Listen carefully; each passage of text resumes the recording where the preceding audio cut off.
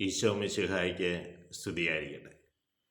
ഈശോ മിശിഹായിൽ സ്നേഹിക്കപ്പെടുന്ന മാതാപിതാക്കളെ, സഹോദരങ്ങളെ, പ്രഭാതത്തിൽ ദൈവത്തിൻ്റെ അനന്തമായ സ്നേഹവും കൃപയും സൗഖ്യവും നമ്മുടെ മേൽ വന്ന് നിറയട്ടെ എന്ന് പ്രാർത്ഥിക്കുന്നു. മംഗളവാർത്ത പുതിയ നിയമഗ്രന്ഥത്തിലൂടെ നാം കടന്നു പോകുമ്പോൾ 3 പേർക്ക് ലഭിക്കുന്നതായി സൂചനകളുണ്ട്.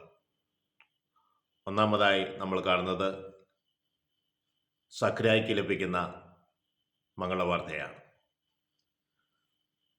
വിശുദ്ധ ലൂക്ക അറിയിച്ച സുവിശേഷത്തിൽ 1-ാം അധ്യായം 13 മുതലുള്ള തിരുവചനങ്ങൾ വായിക്കുമ്പോൾ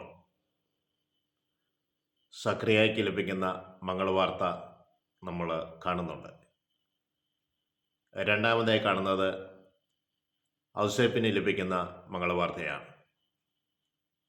മത്തായിയുടെ സുവിശേഷം 1-ാം അധ്യായം 20 മുതലുള്ള തിരുവചനം വായിക്കുമ്പോൾ നമ്മളിത് കാണുന്നുണ്ട്.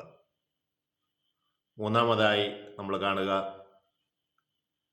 മറിയത്തിന് ലഭിക്കുന്ന മംഗളവാർത്തയാണ്. ലൂക്കായുടെ സുവിശേഷം 1-ാം അധ്യായം 36 മുതലുള്ള തിരുവചനങ്ങൾ വായിക്കുമ്പോൾ നമ്മളിത് കാണുന്നുണ്ട്. സാധാരണയായി മംഗളവാർത്ത എന്നറിയപ്പെടുക മറിയത്തിന് ലഭിച്ച മംഗളവാർത്തയാണ്.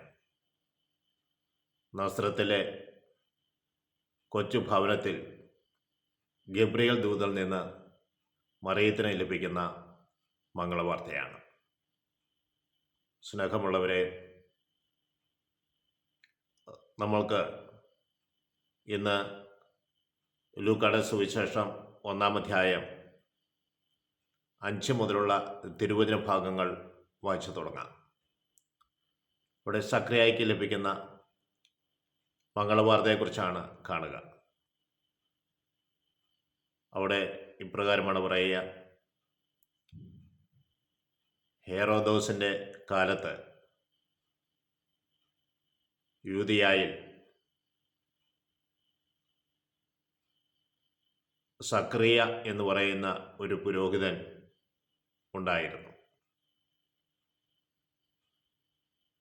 സഖറിയയുടെ ലഭിക്കുന്ന അരുളപ്പാടിനെ കുറിച്ചാണ് നമ്മൾ ശ്രവിക്കുന്നത്. Praise the Lord.